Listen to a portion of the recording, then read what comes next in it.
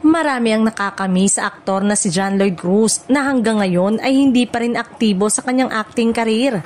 Although nakagawa ito ng ilang indie movie at isang weekly sitcom sa GMA, ang Happy Together noong 2021 to 2023, hindi pa rin ito visible kahit sa TV guesting man lamang. Tila mas ini-enjoy ngayon ng dating kapamilya aktor ang kanyang simpleng buhay kasama ang long-time non-showbiz girlfriend, ang visual artist na si Isabel Santos.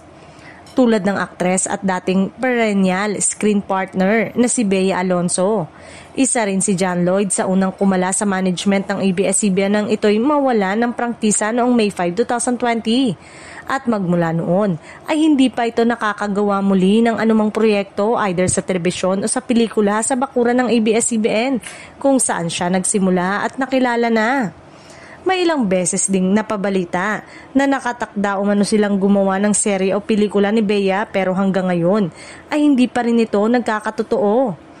Huling napanood si John Lloyd noong 2017 sa huling movie nila ni Bea na Finally Found Someone at sa kanyang dating weekly sitcom na Home Sweetie Home with Tony Gonzaga.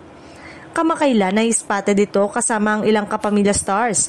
Hudyat na kaya ito ng muling pagbabalik nito sa ABS-CBN upang buhayin ang karera?